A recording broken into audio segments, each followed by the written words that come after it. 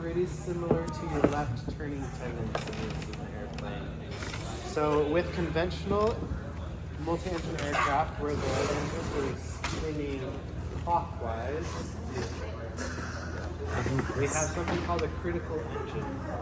And in conventional aircraft, the left engine is a critical engine because of what we're about to talk about. So what do you mean by the engine being a critical engine? If the left engine were to fail, it's going to more adversely affect the performance of the aircraft than if the right engine were to fail. Right. Does that make sense? So neither one of them are ideal. If you lose the left one, you even have worse performance than if you lose the right one, essentially. Okay? And we're going to talk about why that is. So that's single engine aerodynamics, which that's not going to read. Skip it here. So if we look at, so PAST is like the common acronym for the single engine aerodynamics. We've got P factor, accelerated slipstream, spiraling slipstream, and torque. So if you, some of those should be familiar, right? The new one is going to be this one, accelerated slipstream. That's not really left-handed tendency that we've talked about. These other ones kind of play a role. They're the same idea. Okay, so let's talk about P factor. So this diagram here is trying to illustrate that center of thrust and where is that in relation to the longitudinal axis of the aircraft. And P factor is also going to be describing the yaw velvet of the aircraft. Yaw, okay? So, if we just read up here, the descending propeller blade is producing more thrust than the ascending propeller blade. If the left engine fails, the P factor being produced from the right engine is further from the longitudinal axis of the aircraft, creating more of the yaw. So that's what they're trying to show you in this diagram. So if you notice, the descending blade generates more thrust, so the center of thrust on the left engine is actually a little bit closer to the longitudinal axis. So that, like this X right here, that distance is shorter, as opposed to the right engine, that center of thrust is further from the longitudinal axis, so the Y up here is a further distance from the X. Okay? So when we talk about like having levers and more control,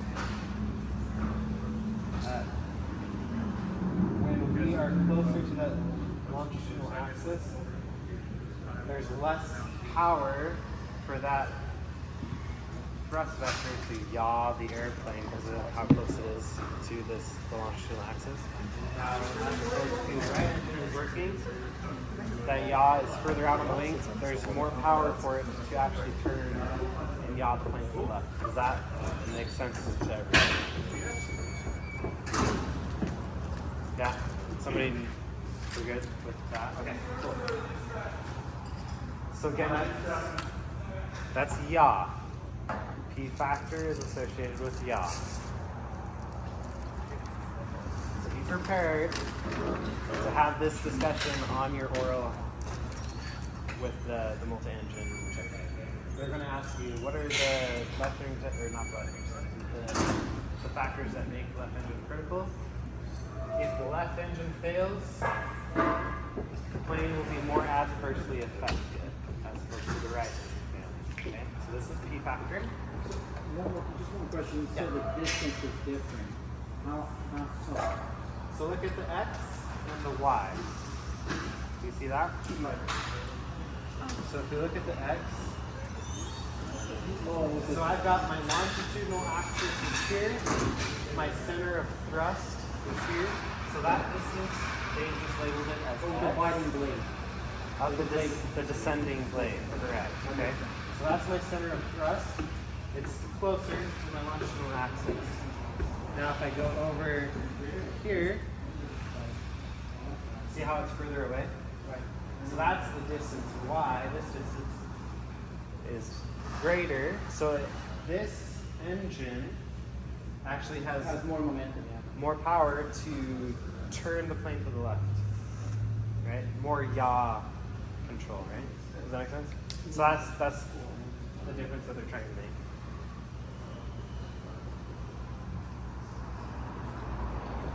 Okay.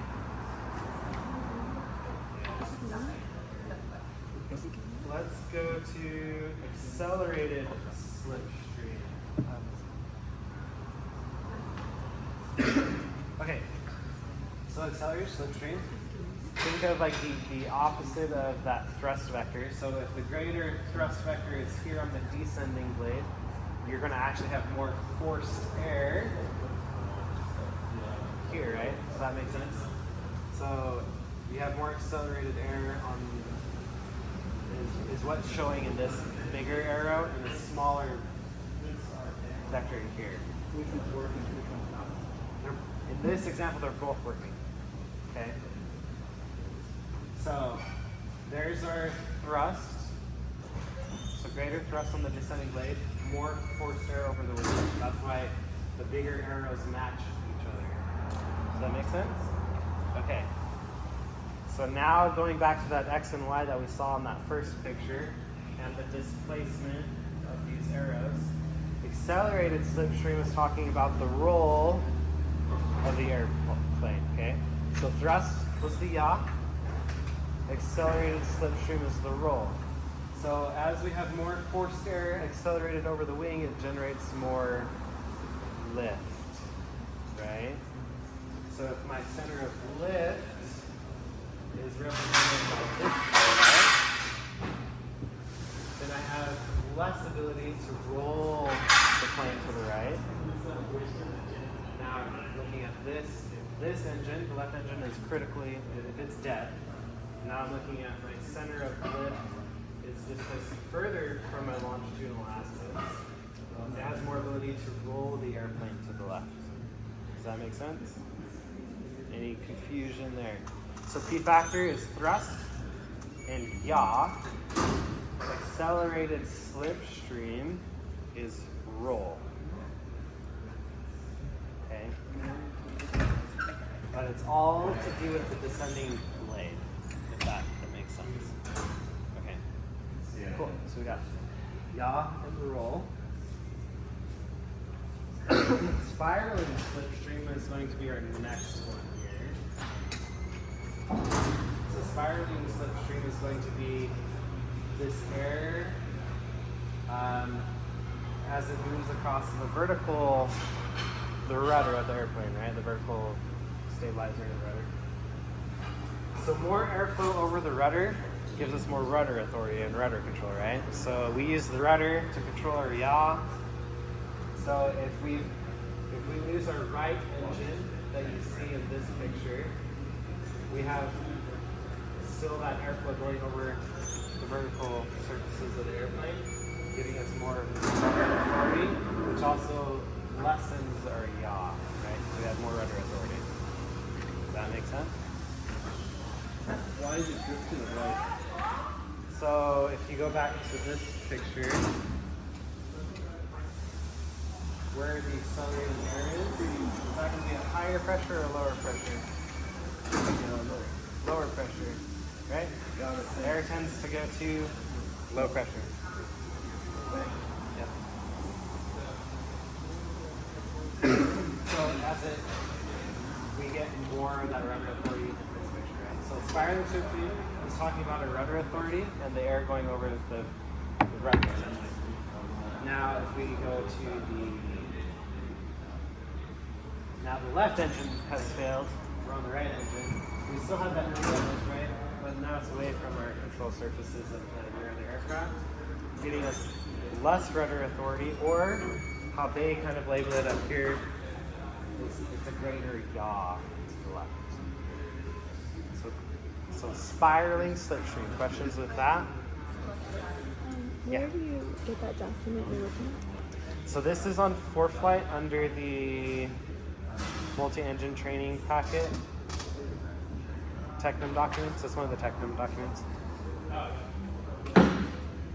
So I got it. Thank you. if you find it, yeah.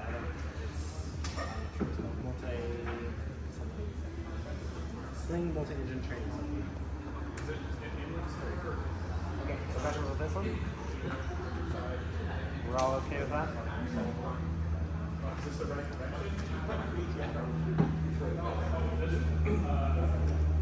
Okay. So torque is going to be the last one.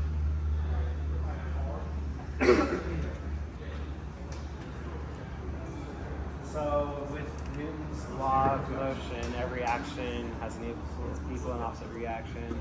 So a conventionally rotating propeller from paddock perspective, we're all facing this way. The propeller is rotating in this direction, right? Which means that the plane itself would want to rotate in the opposite direction. So what is that going to look like with our two engines here? Right? So this is my left, this is my right. So with the airplane in both scenarios wants to roll in that direction. Does that make sense to everybody? So the plane has the tendency, because of this, and short, it's going to want to roll left. Okay. So think about, we've got weight and a whole lot of, if our left engine were to fail, this is the point at which it's going to try and rotate. Does that make sense? It's here, so think about, you've got an entire airplane that is now trying to be lifted because of this engine. So you have all this weight and resistance to the torque of the left engine. That's if the right engine failed, right? So the right engine failed, you've got the whole airplane trying to do this. So there's a lot more resistance to the torque when the right engine failed. Now we go over and look at the right engine. So this one's failed. How much of my wing do I have to resist torque? That's supposed to be the entire airplane that is not wanting to go down, right? You have weight pulling down, and the only resistance to the torque you have with the left engine failed is this little wingtip right here. Does that make sense? So the tendency of the airplane is actually to not resist the torque nearly as much. Does that make sense to everyone? Questions on that? Okay. So that's what that picture is trying to describe. Go ahead. So the plane's not, is it actually rolling about the engine? It's still rolling about the CG, right? It's rolling. Technically, yes, it would be rolling here like this engine would be moving up. But think about where the torque, where is that reaction coming from? It's coming from the engine. So the plane as a whole is going to roll off of the center of gravity, but you're experiencing the torque from where the engine is. And it's just for the tendency to react to the torque. So yeah. Does that answer your question? Okay. Good question. Okay. Does that make sense to everyone? Okay. So be prepared on your oral to go through past. P factor is associated with what? P factor, yaw, and it happens because of the descending blade. Accelerated slipstream, roll, and it is also because of asymmetrical thrust. Spiraling slipstream, it's also yaw, and that has to do with airflow over the rotor control surfaces over the rudder, right? And now we've got torque, which is roll. Okay, cool. So if you compare the two, go ahead. Sorry, I don't know if you can't really hear me. There's one engine, there's more torque than the other. It's not that it produces more torque, it's because of the placement and the resistance. So you have like inertia, like an object's resistance to change essentially. And you have all of the forces like gravity, for example, and everything, like the weight of the aircraft and the weight of the wingtip. So the tendency is for it to drop, right? Torque is going to try and help that happen. It's not that there's more torque on the right engine and more torque compared to the left engine. The torque is going to be the same, but it's where it's located on the aircraft and its resistance to that change. That makes sense.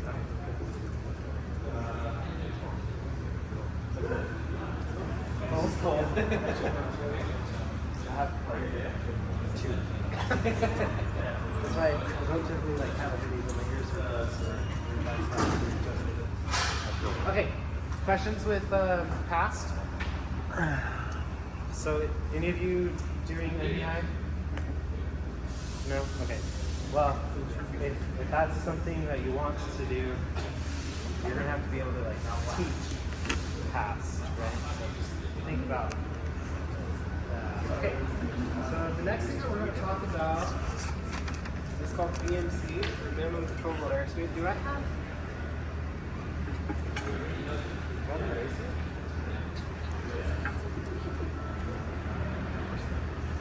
Why would I have the eraser?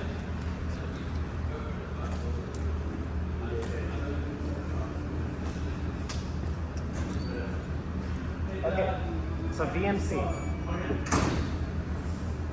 which is not visual meteorology. Minimum controllable airspeed. So we're going to talk about what that is and factors that will influence our VMC. So when we lose an engine, doesn't matter which engine, if we lose an engine, there's going to be a speed where if we get slow enough to that speed, we will no longer be able to fly straight. All of those factors in past, the plane's either going to go left or it's going to go right because we don't have enough rudder authority to counteract it, right? So that speed where we no longer can fly straight is our minimum controllable airspeed. Right? It's not a stall. We didn't stall. We're still flying. We just can't fly straight. Does that make sense? So VMC is defined by the manufacturer under a certain set of conditions that we'll talk about. It's called COMDATS, is the one that you'll see down there. So based off of COMDATS, we get a published VMC speed, which I believe in the Technium is like 62. Oh yeah, 62. Cool. So we'll look at COMDATS here.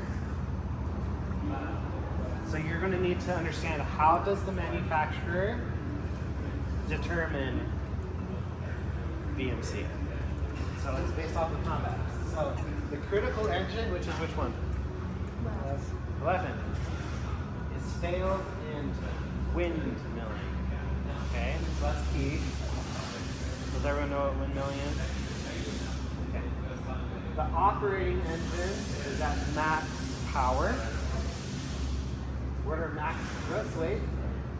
We have the bait of 5 degrees. So what they're saying is we are banked into the operating engine. So if the left engine is dead, we have a 5-degree bank to the right. Okay. So bank at 5 degrees. We have an aft CG in the envelope, but as aft as we can get in the envelope. We're in takeoff configuration is the standard takeoff. So if all of these conditions are met, the Technium's VMC will be 62 knots. So does that make sense? it's really hard for all of these to be met whenever you're going out and practicing, right? Standard day, well, you don't have any control of that.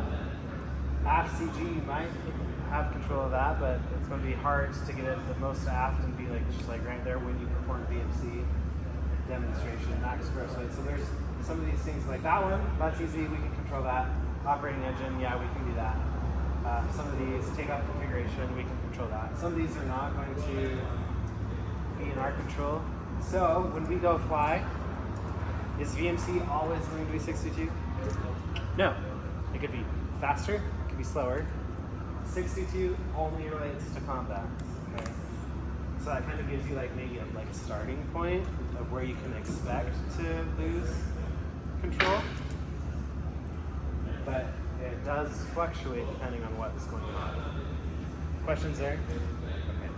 So I would say for the oral again, be familiar with combats. And combats is the manufacturer's VMC speed, what they published as VMC. Okay. So 62.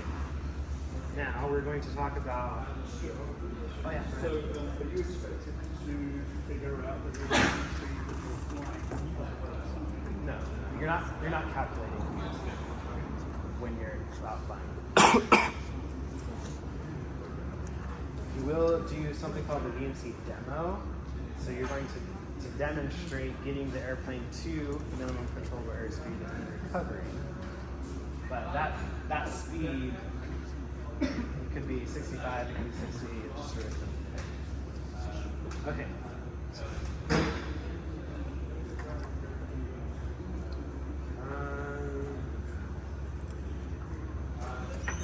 So this is just talking about some of these aircraft and where they're getting from combats. So that's the combats. We're not familiar. We're going to go down to factors which affect VMC. So again, VMC is defined as a very specific set of conditions. Right? Combats is those specific set of conditions. So let's talk about the factors that will actually change our VMC. Now, would we want a low VMC or a high VMC? Low. Ideally, we maintain lots of control of the airplane, so lower is better, right? Okay. So factors. So increasing power on the good engine. That increase or decrease? So my right engine, full power, versus half power. It increases VMC. Why?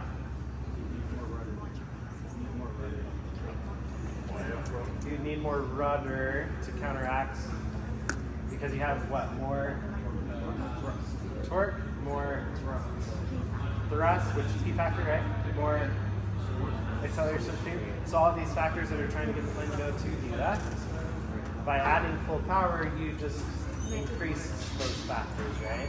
So that's going to increase your VMC. Okay, so we pull back power on the operating engine. You actually can fly slower before you lose direction control. All right, an increase in temperature. Sorry, I'm standing in like in front of that. We can see. What is that going to do to our VMC?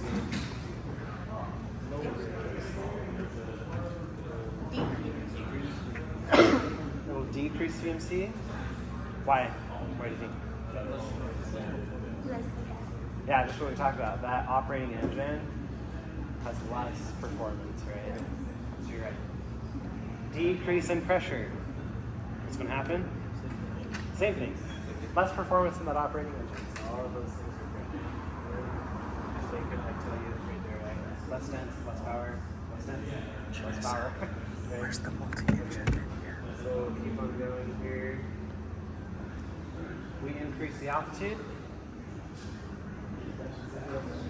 Yeah. So same thing with like that density and that temperature, right? Okay, reducing our bank. So we had 5, but now we don't have any bank. Increases it. Windmilling propeller. Increases. Why? Or drag, right? A lot more drag. Feathered prop. Decreases it. Ah, CG. Okay, I got increase and decrease. Why?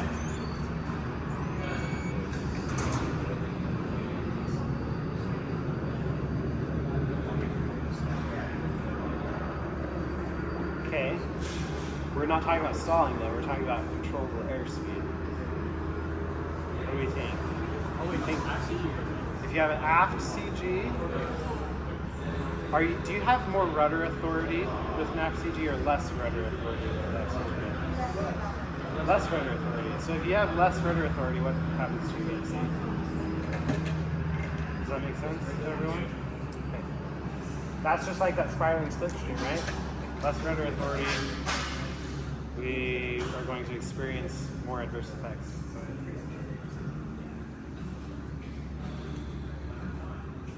Heavier weight. Decrease, increase. Okay, anyone else? Why? Why? Because it's harder to move that inertia. I think that's a good guess. Anybody else?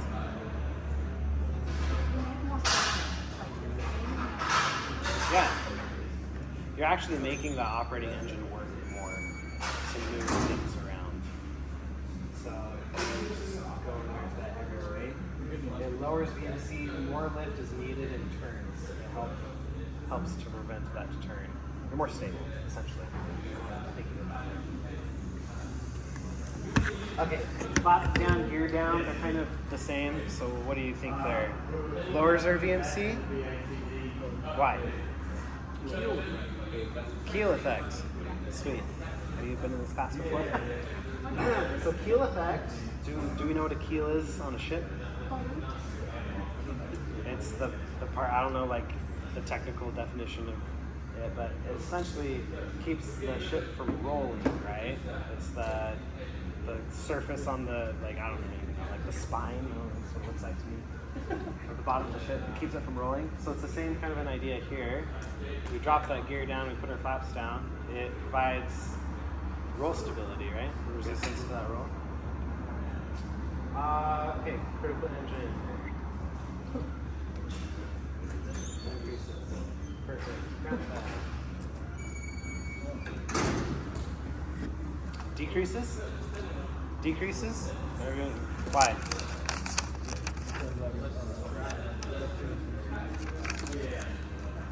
Okay.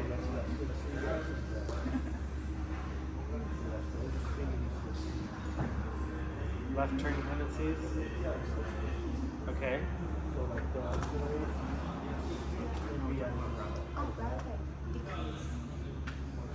Okay.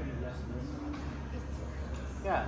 Well, you're right. So it lowers VMC because we have, essentially it's less drag. We have less drag, so it's going to lower our VMC. Less yaw and less roll. Okay. So, like this list, and then on the other page down here at the bottom, the beginning of that list right here. Be familiar with those. I would not be surprised if your examiner just asked you, like, all right, your operating engine is full power. What happens to your VMC? Or you have an aft center of gravity. What happens to your VMC? So having like that kind of an interaction back and forth from the oral wouldn't surprise me. So just be familiar with the factors. So combats, that's how the manufacturer got 62. But then you also have all of these factors that are going to change, increase or decrease. So when you go out and practice doing VMC demos, you can kind of keep in your mind, what are you doing to increase or decrease the VMC when I go out and practice? Questions? Cool. So that's all pretty straightforward.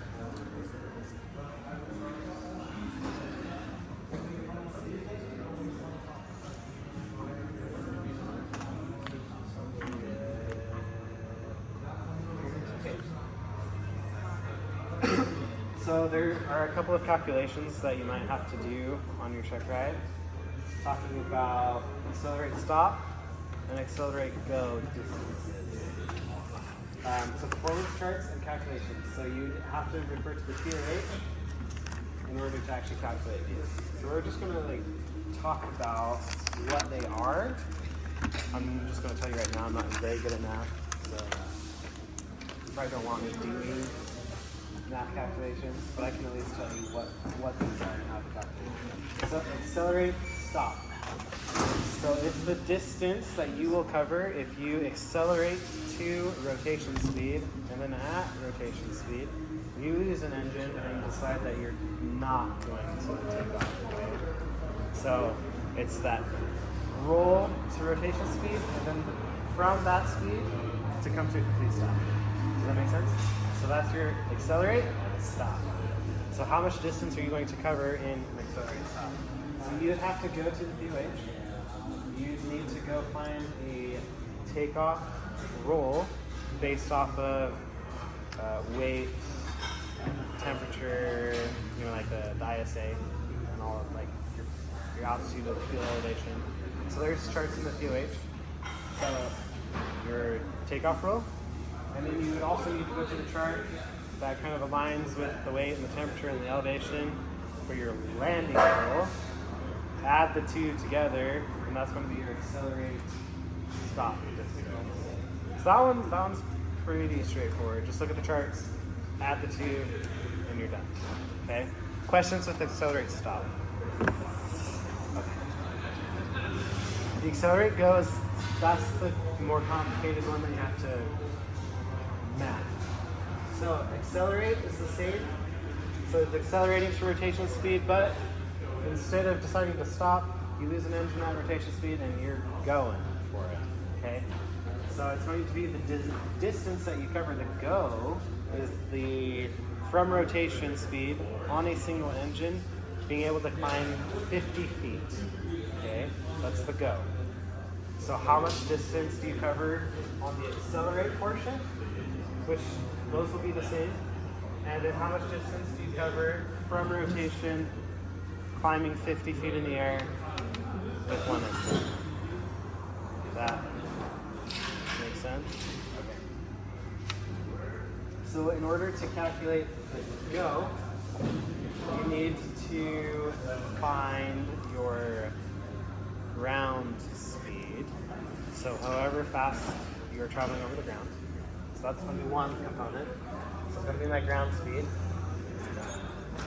Okay, GS, ground speed. I also have to determine my rate of climb. How long is it going to take me to climb 50 feet in the air? So there are performance charts in the POH. They give you single engine rate of climb, again with weight, altitude, temperature, all those things, right? So single engine rate of climb. So you're going to have to calculate if I can climb at, we'll just make it like for easy math, if I climb at 50 feet per minute, it's going to take me how long to get to 50 feet? 1 minute. 1 minute, right? So then you can say, if I am going at 90 knots for 1 minute, then how much distance am I going to cover, right?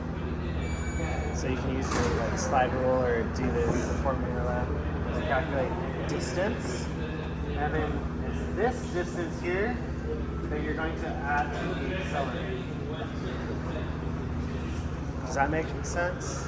Okay, so that's your accelerate go. If I remember correctly, the accelerate go is pretty close to like 4,700 feet in the Techno,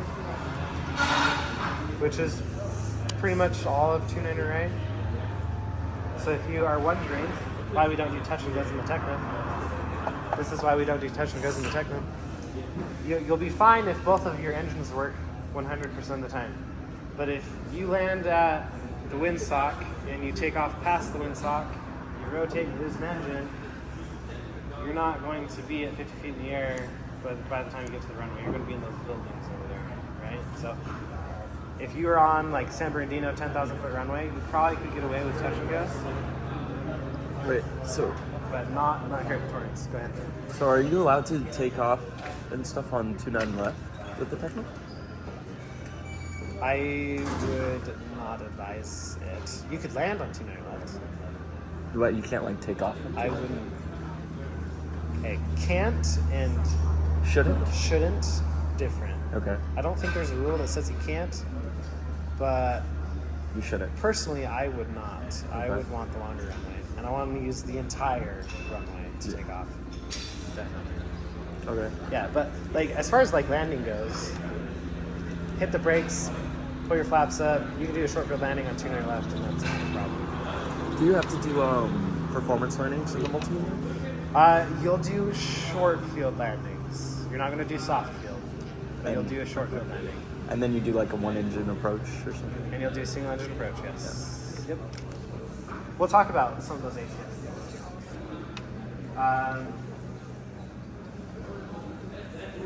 Questions on accelerate, stop, accelerate, go? Would you like, you can navigate that. Just make sure you look at the appropriate. Have you gotten a new multi yet, Janessa? Have you gotten a new multi yet? Next week. If weather's good. It's not gonna be good. Yeah. I was supposed to get it this week. Actually, I was supposed to get it a So month the ago, stock and they're is- still putting me off. I gotta get the commercial first. Huh? I gotta get the commercial anyway. Yeah. I'm trying to get it so I can have So like these are some leftover of the single regulations engine that they hours, put and on they're just here like for you that you should be familiar with for your check rides. So like the add-on, because that's what you're doing, right? You're gonna have your commercial. You're adding to your commercial rating. So you already have a commercial license. You're adding a rating. So you'll probably find that the multi-engine check ride is going to be a little bit different. So you already have the commercial. You're just adding the rating. So you're going to be like, for the oral, you're only talking about things that are going to be different. So you're not finding your cross country.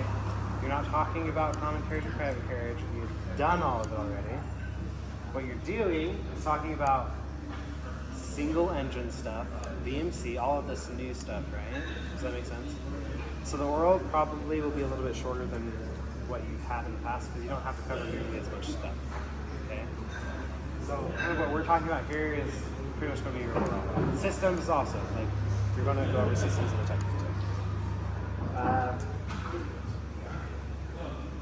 You only need how many hours? 15. 10. Like 10, I think it's 10 or 15 hours in the Technum before you can take a check ride. It's proficiency, right? Proficiency to pass the check ride. But as far as like hours requirements go, you don't need to go around cross country in the Technum. You just have to be able to fly it proficiently in the landings and the maneuvers and the pressure. You got a question?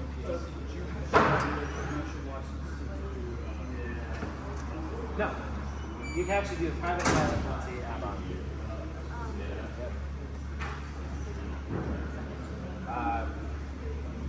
Yeah, so no, commercial is not a prerequisite to get a multi.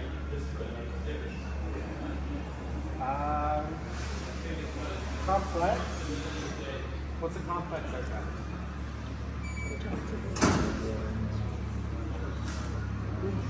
Cool, yeah. So we got the retractable landing gear, constant speed prop. So we talked about complex. Okay, so the Technum is a complex aircraft, right? So you're going to be looking at the retractable landing gear. That's going to be a new system. It's hydraulics. It's a pretty straightforward system. And then the constant speed propeller as well. And how does the constant speed prop work? So be prepared to have that kind of conversation, understanding constant speed and retractable landing gear. In the Technum, you can go through the POH and the systems.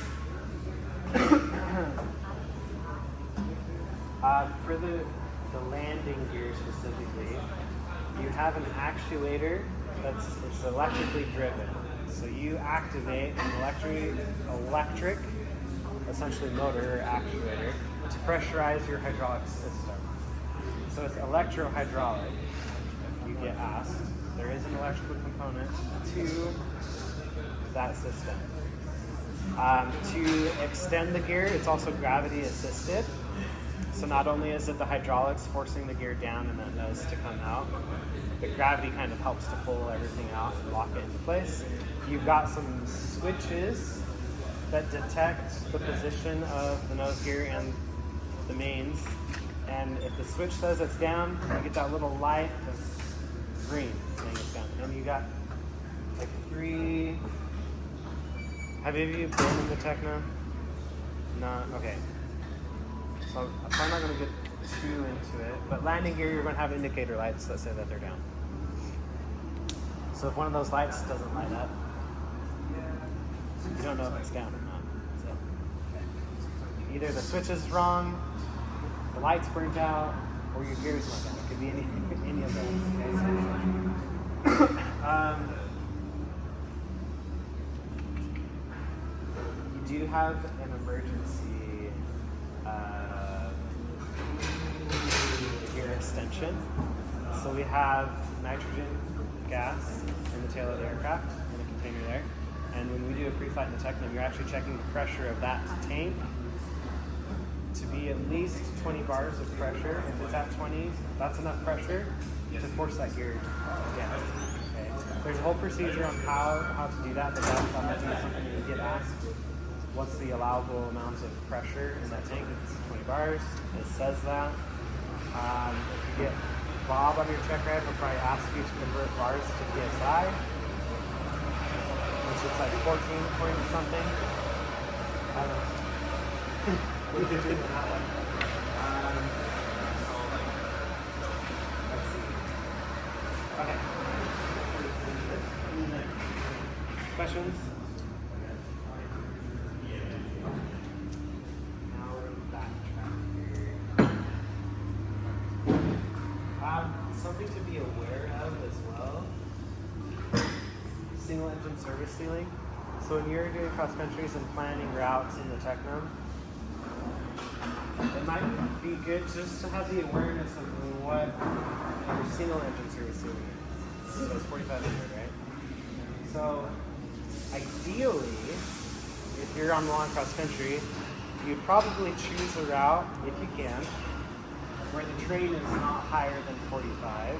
Because in the event that you lose an engine, eventually you're going to sink down to 45. I mean, that's not all, you're not always going to have that luxury. You might just be making a forced landing somewhere. But if you can choose 2 routes and one of them is lower than 45, the train is lower than 45, I would choose that one, just because it's safer. So just, that's one thing to be aware of. 4,500 feet. What's that? That's your service ceiling. That's how high you can fly. So that's going to be your density altitude, I guess. It's relative. So that's how high you can fly with one engine, essentially. That's what the plane thinks is 4,500 feet. A couple of V-speeds that you want to pay attention to. So you have VYSE. So VY, best rate of climb. SE, single engine. So you'll hear VYSE quite a bit in your training. It's 84 in the Techno.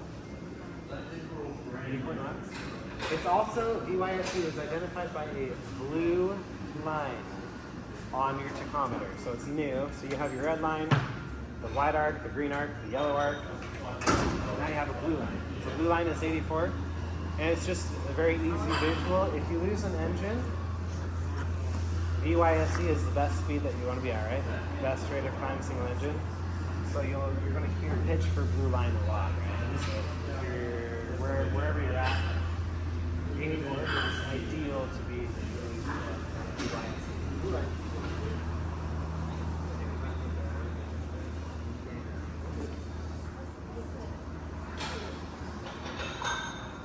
Okay, we're going to talk about this. So there's a couple of maneuvers we can talk about how to do some of these maneuvers in the Techno. But a new maneuver that you haven't done before is a VMC demo.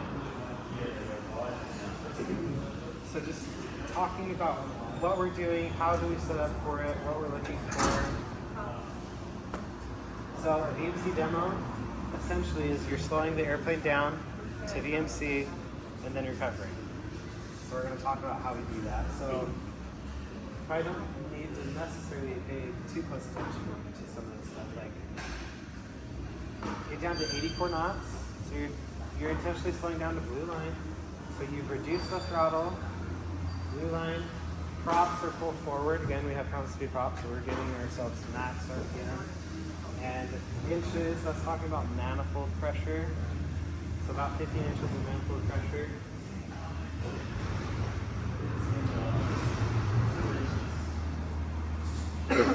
So once we're at blue line, we've slowed ourselves down and we have that reduced power. We're essentially going to continue to get ourselves set up in the maneuver. So close, left throttle, full heading, and altitude, and then pitch up. So when we do a VMC demo, we are killing which engine? Left engine, critical engine, right? So we're demonstrating what the critical engine is failure. And again, it's just, you're closing it to idle. You're pulling it back to idle. You're not turning it off. You just pull it to idle. Hold heading and altitude and pitch up. So what do you think the plane's going to do as you hold heading, altitude, pitch up? What will the plane want to do? Go left, right? But the slower you get, the more rudder you're going to need to keep yourself straight.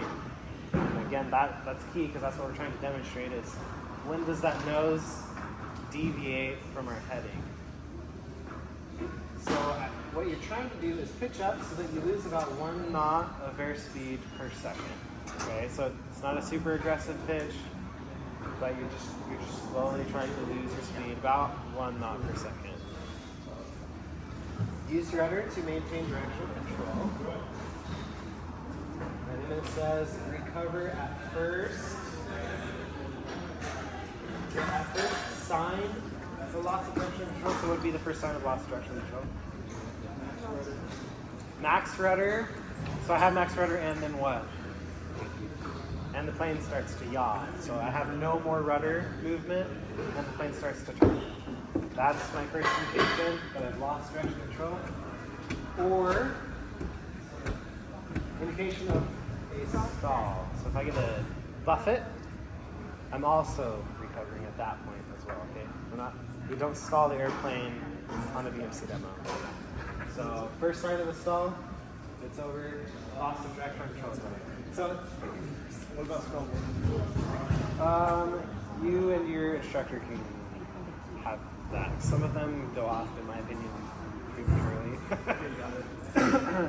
So, up to you and your instructor. And I would say, with the examiner, they might tell you recover at the warning, recover at a buffet, or a loss of direction control. So just depends. So we could, if the conditions are right, we could potentially have a low enough VMC that would actually stall before losing directional control. Okay, so just depending on the conditions, when you go out and practice, either of them could happen because we know VMC can fluctuate. So if it's lower than stall speed that day, you're recovering at a first indication of stall as opposed to loss of directional control. Okay. So to recover, so that's our way to recover. So reduce power on the operative engine and decrease AOA. Okay. Reduce power on the operative engine and decrease AOA. Again, it's not a stall, right? Our operative engine is already full power, so why are we going to reduce power?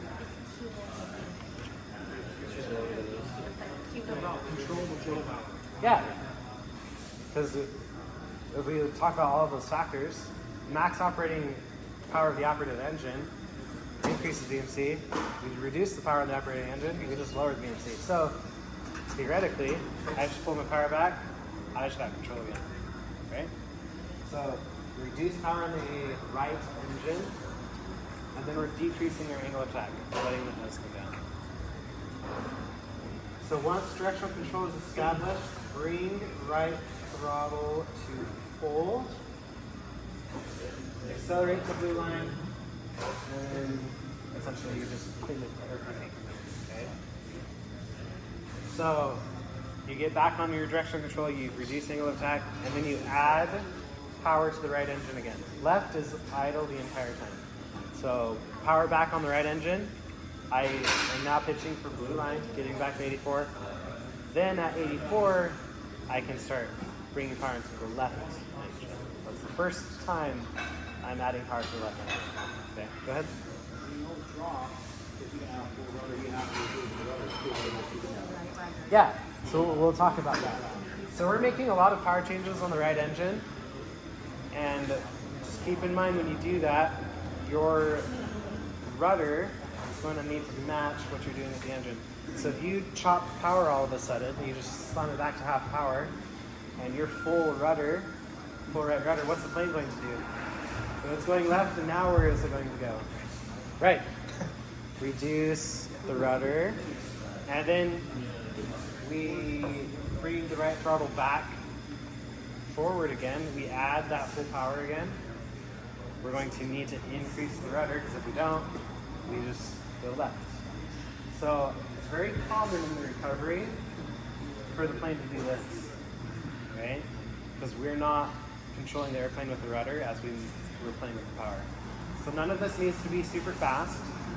Slowly reduce power, which means slowly reduce rudder. Pitch for blue line, speed comes back up. Slowly add power, slowly apply right rudder again. Because what they're looking for in the ACS is for you to be able to maintain plus or minus, I think it's either 10 or 20. Is it 20? On your heading. Okay, so they're looking for your ability to maintain heading in this maneuver. Okay? And this is where everyone loses. It's not getting to BMC, it's recovering from BMC. That we tend to lose our heading. Questions there? Cool. So I would say if you slow this maneuver down and you don't rush it, it's going to be one of the easiest ones that you do on your check, right? Because all you have to do is just slow the plane, full rudder, it starts to go left, recover, okay? So, not too bad for that one. All of the other maneuvers you do, you've already done. So you're going to do stalls, slow flight, steep turns, accelerated stall. You're not doing chandelles, you're not doing rosiers, you're not doing a ground reference maneuver. So yeah, stalls, steep turns, slow flight, VMC demo. Yeah, and emergency, yeah, definitely.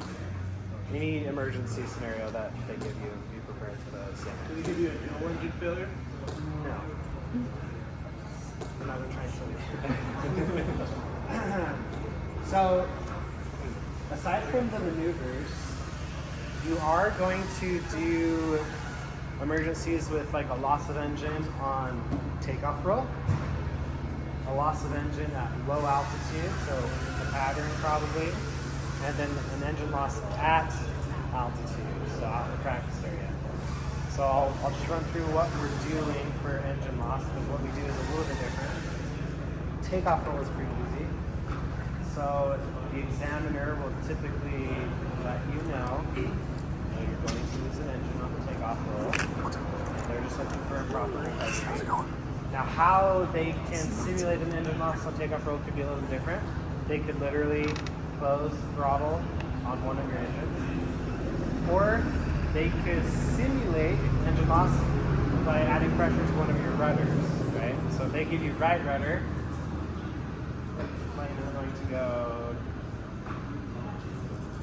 right to the right, simulating a right engine loss. So we would need to correct by adding left rudder and maintain directional control. So what they're looking for is you reduce power, so both throttles come back, and maintain directional control. Power back, stay on simulate. That's all you have to do. So however they do it, rudder or throttle, doesn't matter. You are throttles back, maintain directional control using the rudders. Okay, that's it. That's all you have to do. On takeoff, so if you're in the pattern, if you're like below 2,000 feet, so say you're flying on the downwind, I guess. What they're looking for you to do is just do the quick flow. We're not doing any troubleshooting. We're not trying to restart the engine. we're doing our flow to feather the engine and land. I'm probably not going to do flows with you because it would be helpful to actually have the airplane and everything in front of you, so I'm not going to do that. But just know that you're doing your flow, feather, and then you're landing. And at altitude, you're actually going to go through the whole process of like troubleshooting, trying to restart, and then if none of that works, you'll shut down the engine, and then you'll secure the engine. So it's a whole process that you're doing at altitude, and you're actually going to fly around with one engine off. Okay, that is the only time that you'll not have an engine. Is at altitude where you shut it down and you went through that process. Everything else is going to be simulated. So a single engine approach, simulated on throttle, VMC, simulated on idle. In the pattern, simulated on idle again. The only time you're ever going to turn the engine off, you're at altitude. Okay. So that would be another thing that you want to practice is being vectored around on one engine. So you do have rudder trim in the Technum. I would use it so that your one leg doesn't get super tired from having a whole bunch of rudder in. So rudder trim, and then getting yourself trimmed out to blue line and just flying around climbs, descents, and everything on one engine. Yeah, that's like the new stuff in the Technum. Everything else you've already done. So questions there? Okay, cool. So just like recap, check ride, passed, VMC, so combats and the factors that will influence your VMC. You're going to talk about systems specific to the Technum. That's it. Okay. And then you're going out, you're going to do a short field landing, a normal landing, in a single engine approach. So like if your IFR, like if you have your IR rating, then you'll do a single engine approach from like final approach fixed down to minimums simulated with an engine failure. And then out in the practice area, you'll do slow flight, steep turns, stalls, single engine operations. So, and then whatever emergency scenario that might throw at you, and VMC down. Okay.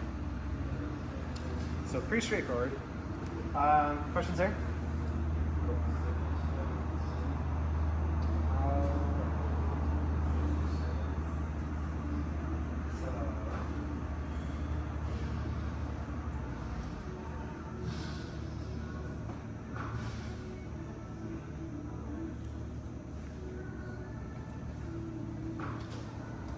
This document that I'm just like looking through, it tells you the procedure, and it actually is very specific on how to configure for that procedure. So this is something I've become familiar with when you're doing, because it, like this short field takeoff in time, it's giving you everything that you need to do right here. And it gives it through all of them. So you have normal takeoff, your short field, in-flight maneuvers, so there's your steep turns, slow flight, your stalls. So this is what it's wanting you to do, well, what Sling wants you to do. Anytime you're doing slow flight, this is essentially how you do that. So it's very, very specific. So that's kind of nice. So just be familiar with this. Okay. So what I think I'm going to try and do, I couldn't get the computer to work, so we're going to see if I can pull it up on the iPad. We're going to try it in the...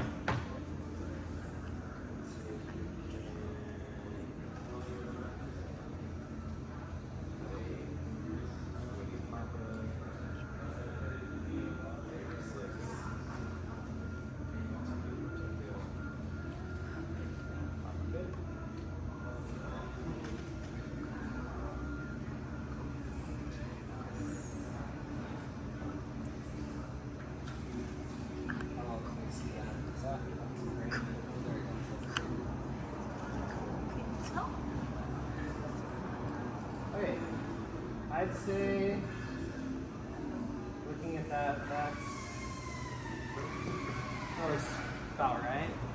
So we'll take a look at this a little bit, give you some familiarity with some of the components.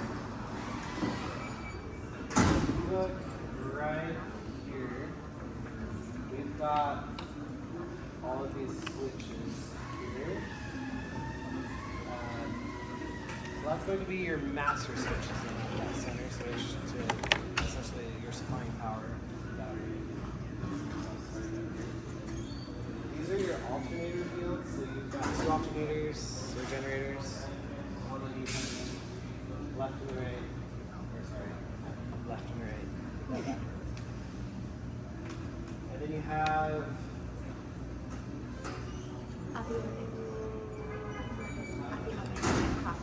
was that cross bus? Maybe I'm thinking it now. It's been a minute since I focused on it. So cross bus is an 89. Yes. So if you look at the electrical system and like the schematic in the POH, it'll kind of tell you what's on each bus as far as like the avionics. So just be familiar with it. That's kind of where all of those switches are right here. You've got your throttle levers. This is carb heat. And then you have your prop control levers as well. So when we prop full forward is a high RPM. As you pull it back, you're reducing the RPM. And then as you pull it all the way back, feather it. So don't feather it unless you are anticipating of having the engine being shut off.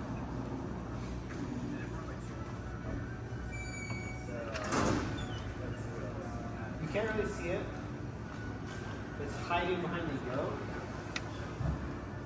But that's your gear switch. It's right here. You have to like pull it and push it down. Pull it, push it up to get your gear up there. And then just right above it, those would be like the three indicator lights. It's kind of like in a triangle. You got your nose and then your two mains. So they're all blocked right here. So you can't really see those. Can you move to your right a little bit too? Thank you. Those are right here. It's a gear, and those are the lights. Yeah. Kind of hiding behind the yoke there, you can't see them.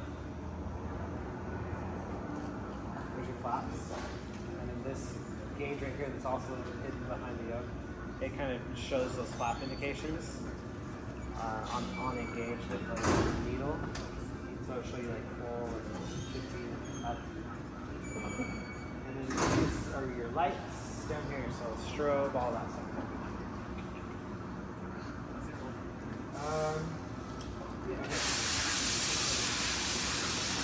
So what we can do, a little bit of a flow that we can talk about. What do we do anytime that we lose the engine of the airplane? The very first thing, what do you think we're going to do? Lose the engine, very first thing. 84. The Ford. 84 SB. What's that? SB. 84? Yeah. Essentially, fly the airplane, right? So 84 knots. The very first thing, Control. fly the plane. So 84. Now, if I'm at cruise and I'm going 100 knots and I lose an engine, do I need to pitch for 84? You just yeah. And just forward. I don't know. What I heard is like if you're above 84, just put lever forward. But if you're below 84, you have to pitch. You have to do 84 first. Otherwise, you will get the beat. Yeah. So just be aware of what phase of flight you are in and what you're doing. If you're at 100 knots, you lose an engine, it's a good idea to probably get as much altitude as you can. But you don't need to abruptly just like 84 and just skyrocket yourself up there, right? So just pay attention to what you're doing, but especially if you're slower. If you're slower than 84, put the nose down. You have to put the nose down, okay? Because you're going to lose speed pretty quick with an engine loss, and what you don't want to do is you don't want to stall and typically spin, because it's hard to be coordinated with one engine. So stalls usually your spins with one engine. So 84, fly the plane. Then we're going to full on the levers. So props forward, throttle forward. Okay, so 84, full levers, props, throttle. And then after that, I'm gonna clean up, Flap up. gear up, right? So flaps up, gear up. And if you're at cruise, they're already up. But that's gonna be your flow. 84, full levers, prop and throttle, clean up, gear up. Okay? Every single time. Doesn't matter what phase of flight, takeoff, altitude, pattern. 84, clean up, gear up. Or throttles forward, clean up, gear up. Okay? So everyone's with the cleanup. We've got the plane how we want it. That's flying the plane. We're flying the plane. We haven't done anything else. We're just flying the plane. Okay, now that I'm flying the plane, now what am I going to do? What's that? Identify. Yeah. Depending on what we're at, it could be a checklist. If we're at altitude, we could run through a checklist. If we're down low, we're going to do identify, verify, and then troubleshoot would be the next one, depending on altitude. So how do I identify? Yeah, dead foot, dead engine. So if my foot's not pushing on the rudder, that is also the same engine that is dead. So if my left foot's just hanging out and I have a whole lot of right rudder, my left engine is one that died. So identify, verify. How do I verify? Throttle, left throttle. Yeah, you're going to cycle the left throttle. In this case, it would be the left throttle, right? Because my left foot is dead, cycle left throttle. Now, I would say all of this, you don't rush it, right? Okay? Because if you pull on the right one by accident, you might have a dead engine, and now you have an idle engine. Okay? So not ideal. So don't rush. So, like the cadence that I would do is pitch the airplane, throttles forward, flaps up, gear up, identify, left foot, verify, touch the left throttle, double check that I'm touching the left throttle, cycle it. Did I feel any changes? No. Nothing is happening. It is the dead engine. I can just go ahead and pull it to idle because I know it's dead, okay? So I didn't go fast, right? That's as fast as you need to go. Don't make the emergency a bigger emergency. So that's it. So identify, verify. I've done that. And now we can do the checklist. If I'm at altitude, I can go ahead and try and figure out what happened. If I'm at an unsafe altitude, so 1,000 feet, I'm not concerned about trying to start it up. I'm going to go right to feather. So identify, verify, low altitude. Again, confirming the left prop control lever, feather. Okay. What happens if I pulled on the right one? Now I have two dead engines. If I pull on the right prop lever, I have two dead engines instead of one. So we don't rush. Verify that you're touching the correct one. You and whoever you're sitting next to. It's the left one. You can feather it. As soon as you feather it, that prop will stop windmilling. You'll actually feel the plane kind of want to lunge to the opposite of that engine because you just eliminated a bunch of drag. So feather, and now you can figure out how you're going to get yourself on the ground. Okay. All right. So fly the airplane. I'm going to say this so many times because you're going to do it so many times. So fly the airplane. So 84. Throttles and prop forward. Clean up, gear up. Identify. Verify. Depending on my altitude, feather, or troubleshoot. Okay. Is everyone with me so far? That's all good? Okay, cool. So let's talk about troubleshooting the airplane. So there's a flow that you'll do with troubleshooting. But to keep it really, really simple, you start at the top and you work your way down. So at the top you've got your fuel valves. So you can control your left fuel tank going to your left engine or to the right engine, depending on what it's set. So check, did one of those get turned off, maybe? So check your fuel, check your fuel pumps, check your ignitions, in that order, fuel pumps, ignitions. I would look at your fuel gauges, because maybe you just ran out of fuel on your left engine, and all you have to do is switch it to the right engine. You're getting fuel flow again, and then you can try restarting it. Easy fix, right? So starting from the back, working your way forward. So fuel valves, fuel pumps, ignitions, check your engine gauges. So you're looking at your tachometer, your oil pressure, your oil temperature, the fuel gauges. So you're looking through all of those things. Then you can go to the carb, maybe cycle the carb, see if you got some of an icing condition, perhaps. And then you can try and starting it. If everything looks normal, you're like, I don't know why that thing turned off on me. Everything looks normal, try starting it. Maybe you can get it to go again. Cycle the carb, try starting it. Nothing's working. You can't get it to turn on, and you're not sure why. Then you can go ahead and shut down the engine and secure it. Okay? So questions on the troubleshoot? Back to forward. Does everything look normal? Is there anything not normal? If something's not normal, don't start the engine. Like if you notice that there's just like that oil temperature is super, super hot, maybe you had an oil leak, I probably wouldn't try starting that engine again. Okay? So just verify those engine instruments, and then shut down, secure. So we're gonna go through tips.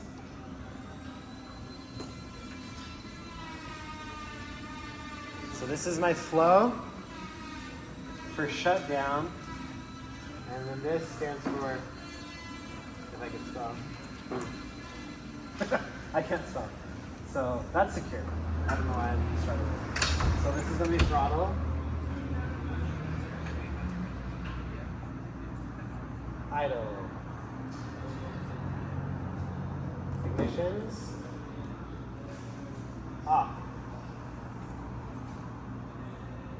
Pumps. Which we're talking about our fuel. Off. And then secure. So this is how I shut down. Oh wait, no. Nope. Sorry. That's not correct. That's prop. And that's not off. That's funny. I was jumping ahead. That's part of securing the engine. Prop, feather. Okay. So troubleshoot, try restarting it. It's not restarting. Shut down. It's tips. Throttle idle, ignition's off, prop feather. Okay. S, secure. So I jumped ahead myself. So this secure is going to be back to forward. Again, just like troubleshooting. So starting at the back, fuel valve, close it. Fuel pump, off. Ignitions, they should be off, but we're verifying, off. And then you can keep working your way down. Throttle should be on idle, prop should be secure because we already did those, but we're just verifying into secure. And then the last item on secure is that alternator, which, depending, we saw that switch. So we've got these two switches here. So left or right engine, depending, secure. You're gonna just turn that off. Okay, and then that's it. Okay. So we're gonna run through it all again. Lose an engine. First thing I do, fly the airplane. 84. 84. Levers forward. Clean up, gear up. Identify, verify, and then low altitude, it's feather. At altitude, troubleshoot. Back to forward. Fuel pump, or fuel valves, fuel pumps, ignitions, engine gauges, carb heat. Okay. Try restarting, doesn't work. What I'm going to do, shutdown and secure tips. Throttle idle, ignition's off, prop feather, secure, back to forward, so starting at the top. Fuel valve, close, fuel pumps off, ignition, verify, off.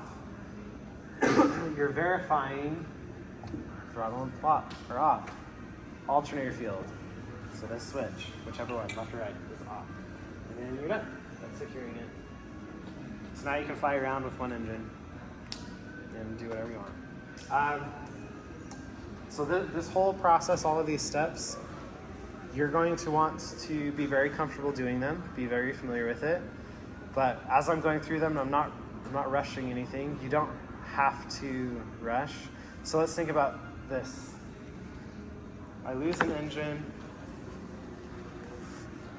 Is it a time threat or a no time threat? Meaning, do I have time? Yes. How much time do I have? A lot of time, right? We're not going to impact the ground anytime soon. I can fly around with one engine. I've got essentially until I run out of fuel, right? So I have all the time that I need. So you do not rush anything when it comes to single engine stuff, okay? So just think about that. Do you have time? Yes. So go through the flow, kind of like what we're talking about. Verify with the checklist. That's it. That's all you have to do. Go ahead. Well, instructor mentioned one more thing once you left the little engine that just feather that out of the yellow. Just For the operating engine. Yeah, for operating. Yes. So if your operating engine, we'll have it in the full. yeah, you want to be nice to the operating engine. So once you've taken care of this, you can probably reduce, because we left it on full throttle in our flow, right? Or on the prop levers, it's full, so it's going to be a high RPM. Might not be super necessary once we've got everything taken care of and we've eliminated that drag. You can pull back on that to the desired RPM setting again once you're done. The operating engine, just pull back to your desired RPM setting. So you're not in the yellow. Hopefully you're not in the red, but just pull it back so that you're at the max continuous RPM setting for cruise flight or whatever phase of flight that you're in. So yes, that is part of it. Any comments, questions? So I will say with the multi-engine stuff, it's all very straightforward. And when you deal with single engine procedures, if you don't rush it, you're going to do a lot better. Okay? And there's no need to rush it. Don't rush it. So I remember I was flying with Catherine before she was the DPE. She was my multi-instructor. She successfully distracted me enough with an airplane or something out in the practice area so that she was able to close the fuel valve when I was not paying attention. Like, I didn't see her do it. I mean, we were practicing single engine stuff. She just wanted me to kind of like be a little caught off guard, as opposed to just like seeing the instructor pull the throttle back, right? You're like, oh yeah, I wonder which one died. Like, so she closed it, kind of like caught me off guard a little bit, and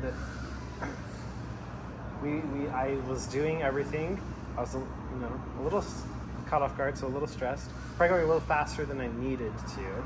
Because again, time. I had all the time. We're around the practice area. We're at altitude. We're good. Engine still worked. One of them just quit on me. I'm like, what happened? So we got through the whole process. I was like, oh, you closed it. And then she wanted me to go through the whole shutdown and secure.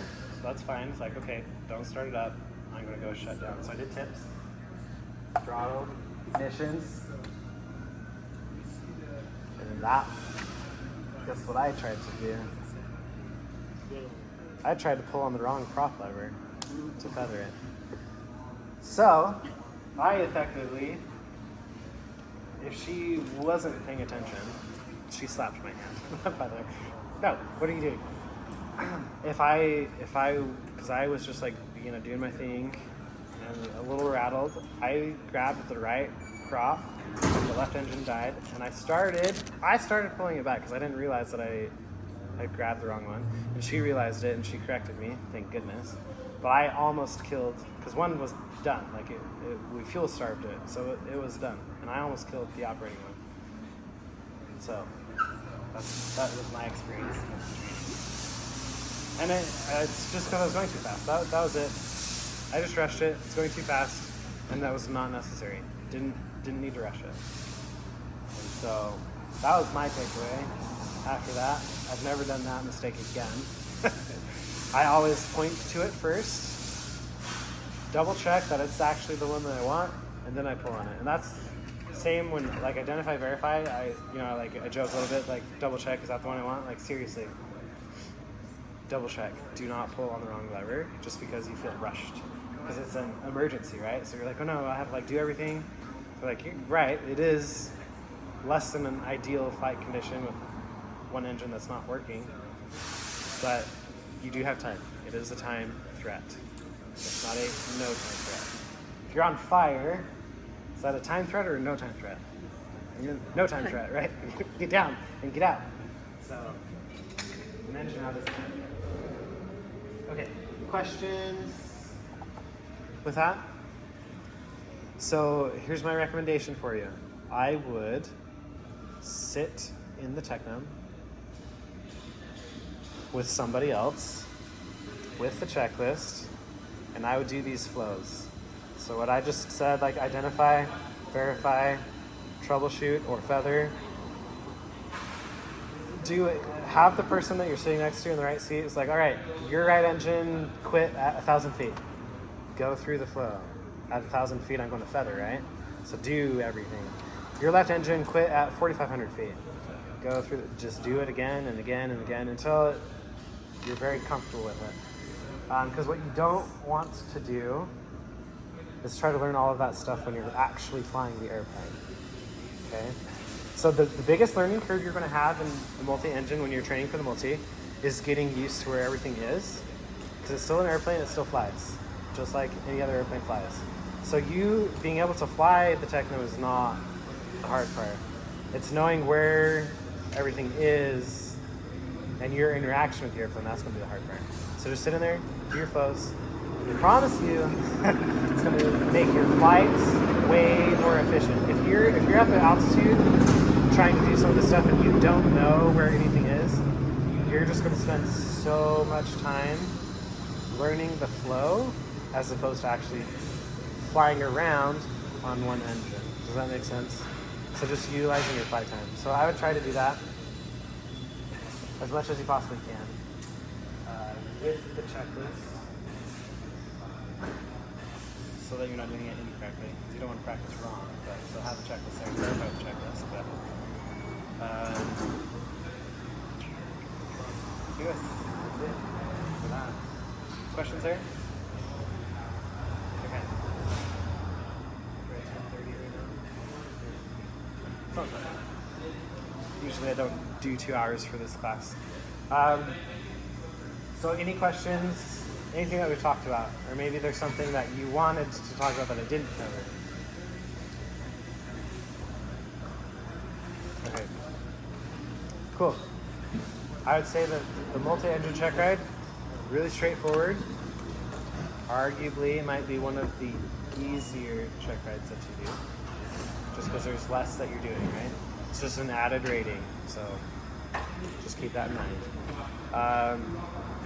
Yeah, that's all I got. So if you don't have any questions, you're free to go. Go ahead. That's about like a little bit of system about like alternator. So it's like the alternator is the one who makes when you start your backup battery, right? Then send the power to the alternator to start the engine. Is that correct? So when you are engaging the master, you're essentially allowing the battery to feed electrical power to the necessary components for ignition. So prior to ignition, the alternator is not doing anything for you. It's all coming from the battery. But as soon as you get the ignition and the propeller starts to turn on its own and the engine is running, Now that generator that's on the engine is supplying power, and the battery has been relieved of its duties. Yes, correct. That is correct. So one is like one alternator failed. The other one is to charge the battery. Yes. You can operate everything on one power source. So the one alternator, doesn't matter which engine, it can run everything. Oh, so because you can do the cross bus. Because the cross buses allow that interchange to happen, yes. But if the other two fail, you're not going to charge the main battery. But then, after the juice like already gone, we still have the backup battery to fight 30 Yes. Yes. Yeah, about. Yeah, if both of those power sources are not working, then you have a limited battery life. Once that battery, which I don't know what it is, 30 minutes-ish. Once the battery's out, that's it. So when you start the engine, so you use the left from the left engine to start the backup battery. To the first start the engine, you use the starter battery Yeah, you're right. to send something to the alternator. Well, to the ignition system, yeah. So Oh, okay. So So the that- battery send it to the ignition system. that spark plug needs some sort of electrical power to generate a spark. So when you're starting the engine, that spark is coming from the battery. From the battery. Yes. Got it. Thank you.